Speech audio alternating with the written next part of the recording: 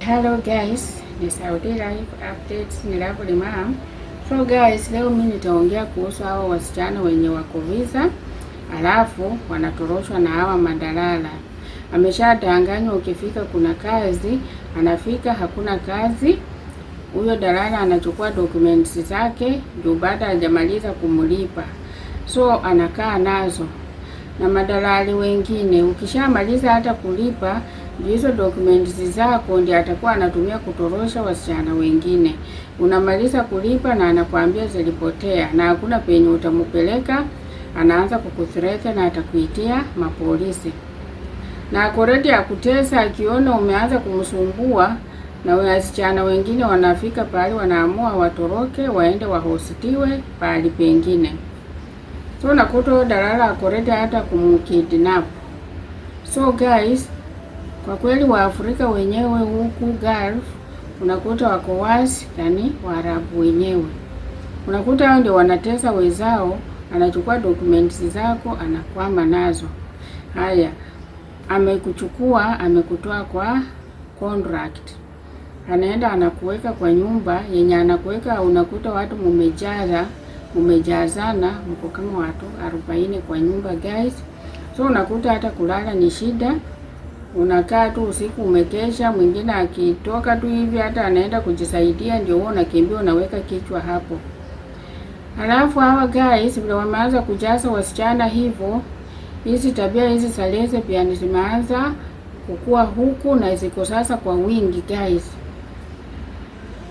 Kwa sababu hawa wasichana unakuja dalala mwenyewe akona kakijana amechukua, hata sio rika yake pati amekachukua hata ule rika ya kijana yake amemweka hapo. So unakuta sasa wasichana waka hapo wamejazana na ana kazi za kuwapea. So wasichana wanakaa tu hapo, anawapea net, wanakuwa kwa mtandao. So wanaanza kuangalia vitu hazifai. Unakuta wengine wameanza kukua sasa lesbian. Msichana mwingine ameenda hapo, maybe hana hizo tabia. So wanaanza kukuingiza kwa hizo tabia. Kama hata utaki wanaanza kukugusa. So unakuta guys yenyewe feelings pia ziko. Feelings ziko. Unaona mtu ameamua, ameanza kugive in, ndio ameshindwa kusuppress the feelings za mapenzi. So hapo ndio unakuta sasa lesbian imezidi huku Saudi Arabia guys. Unakuta msichana akona msichana mwenzake, alafu kuna hizi zinaitwa hizi sijui ati karozi, hizi dildos guys, ndio wengine wananunua wanatumia. Yani guys wanafanya tabia za kimaajabu guys. Na sasa unakuta sasa huku Saudi kumeanza tu kuharibika guys. Hata unakuta mtu hawezi tamani kukaa Saudi Arabia kwa mambo kama hiyo. Ni vile tunavumilia tu ndio tunakuja na tulikuja kutafuta. So naambia wasichana wenye mko visa, kama imebidi muhepe. Kuna yani maybe umeshindwa kuvumilia na ofisi haichukui hatua. Angalia mtu ako legit. Na guys si rahisi ndio kupata mtu legit, but ukishaenda kwa dalala ule mwenye unaona tabia zake sio mzuri, hana kazi, amua utoke hapo. Ndio wengine wanaweka wasichana amewapea neti, sasa anawaambia mna shida gani? Bora mko na neti. Sasa wewe ulienda kukaa kwa internet ama ulikuja kutafuta kazi usaidie familia yako. So guys, ukiwa uko huku Gulf, tumia hiyo muda kujipackage. Focus na maisha yako, ujue ulitoka kwa nchi yako juu ya nini. Au kutoka juu ati unakuja unataka furaha Saudi Arabia, hapana. So guys, huku Saudi ndio kimenuka, ni kubaya. Na hao watu tena wenye wametoroka shida yao awaambii familia yao mimi saa hizi nimekemboi.